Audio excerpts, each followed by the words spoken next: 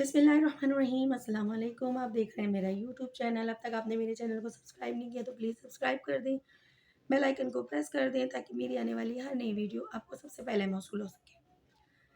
اس video میں ہم بات کریں گے اللہ رب العزت کے غفار ہونے کی،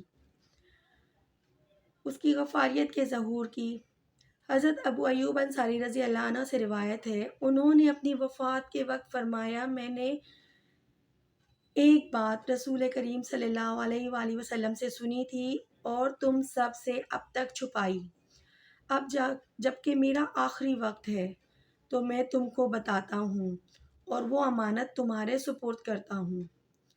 میں نے حضور کریم صلی اللہ علیہ وآلہ وسلم کو ارشاد فرماتے ہوئے سنا، اب فرماتے تھے، اگر بالفرض تم سب ملائکہ کی طرح بے گناہ ہو جاؤ اور تم سے کوئی گناہ سرزد نہ ہو تو اللہ اور مخلوق پیدا کرے گا جن سے گناہ بھی سرزد ہوں گے، اور پھر اللہ تعالیٰ ان کی مغفرت کا فیصلہ فرمائے گا اور اس طرح اس کی شان غفاریت کا ظہور ہوگا۔ صحیح مسلم۔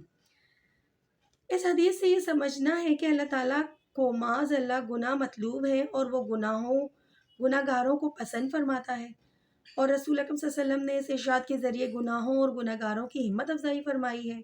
بڑی جاہلانہ غلط فہمی ہے یہ۔ انبیاء علیہ السلام کی بعثت کا مقصد یہی ہے کہ لوگوں کو گناہوں سے بچایا جائے اور اعمال صالحہ کی ترغیب دی جائے۔ دراصل حدیث کا منشا اور مدعا اللہ تعالیٰ کی شان غفاریت کو ظاہر کرنا ہے، اور مطلب یہ ہے کہ جس طرح اللہ تعالیٰ کی صفت خلقیت کی ظہور کے لیے ضروری ہے کہ وہ کوئی مخلوق پیدا کی جائے، اور صفت رزاقیت کے لیے ضروری ہے کہ کوئی مخلوق ہو جس کو رزق کی ضرورت ہو اور اللہ تعالیٰ اس کو رزق عطا فرمائے، اسی طرح اللہ تعالیٰ کی صفت ہدایت کے لیے ضروری ہے کہ کوئی مخلوق ہو جس میں ہدایت لینے کی صلاحیت ہو اور اللہ تعالیٰ کی طرف سے اس کو ہدایت ملے۔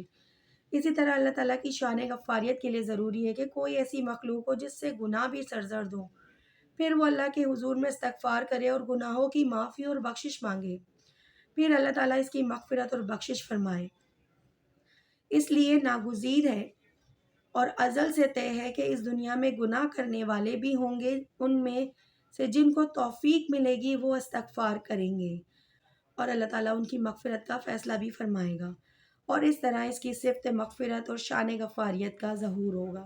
حضرت ابو ایوب انصاری رضی اللہ عنہ نے رسول اکرم صلی اللہ علیہ وسلم کے اس ارشاد کا اپنی زندگی میں اس خیال سے کبھی تذکرہ نہیں کیا کہ کم فہم لوگ غلط فہمی میں مبتلا نہ ہو جائیں، پھر اپنے آخری وقت میں اپنے خاص لوگوں سے اظہار فرما کر امانت گویا ان کے سپرد کر دی۔